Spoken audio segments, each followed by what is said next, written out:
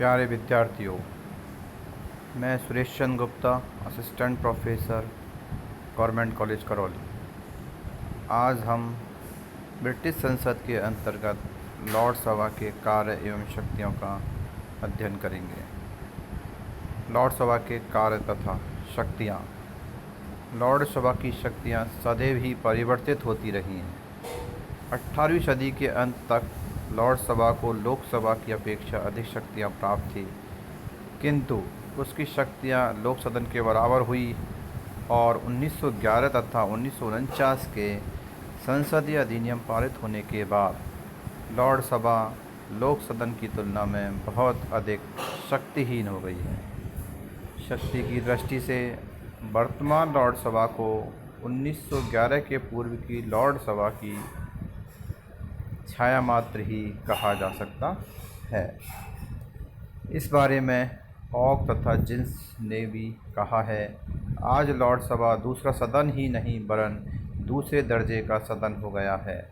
लेकिन फिर भी लॉर्ड सभा को कुछ कार्य तथा शक्तियाँ प्राप्त हैं, जिनका विवरण निम्नानुसार है।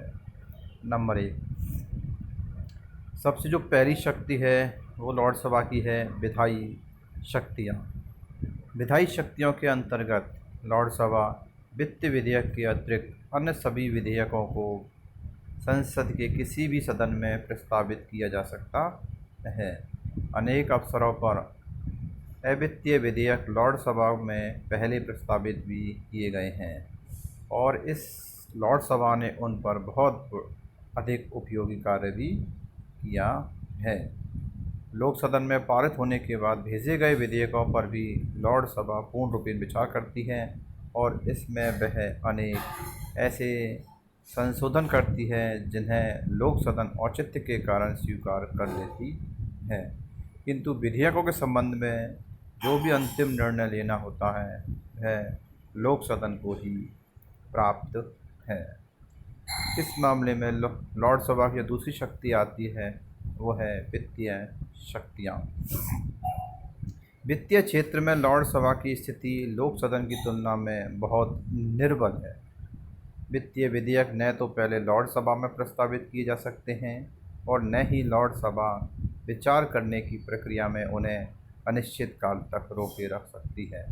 यह वित्त विधेयक को केवल 1 माह तक रोके रखने का कार्य कर सकती है।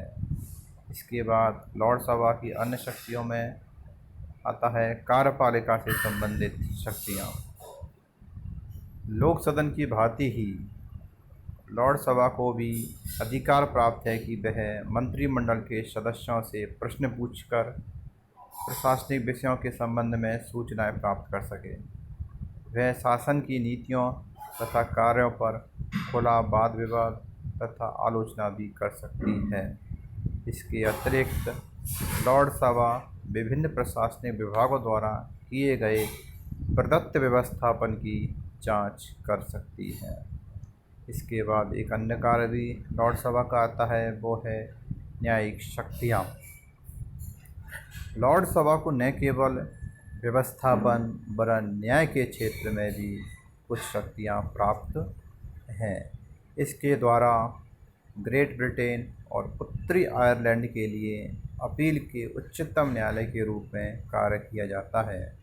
लॉर्ड सभा जब अपील के न्यायालय के रूप में कार्य करती है तब उसके सब सदस्य कार्रवाई में भाग नहीं लेते, वरन उस समय 9 कानूनी लॉर्ड तथा अन्य न्यायिक विशेषज्ञ लॉर्ड चांसलर की अध्यक्षता में न्याय समिति के रूप में कार्य करते हैं। लॉर्ड सभा का निर्णय अंतिम होता है, जिसे संसद कानून द्वारा ही बदल सकती है। इसमें कोई न्यायालय परिवर्तन नहीं कर सकता है। इस प्रकार हम कह सकते हैं कि ब्रिटिश संसद के अंतर्गत लॉर्ड सभा को शक्तियाँ तो प्राप्त हैं, लेकिन लोक सदन की तुलना में उसे कम शक्तियाँ प्राप्त हैं। इसलिए हम कहते हैं कि वह लनी अर्थात लॉर्ड सभा केवल द्वितीयम दर्जे का ही सदन है।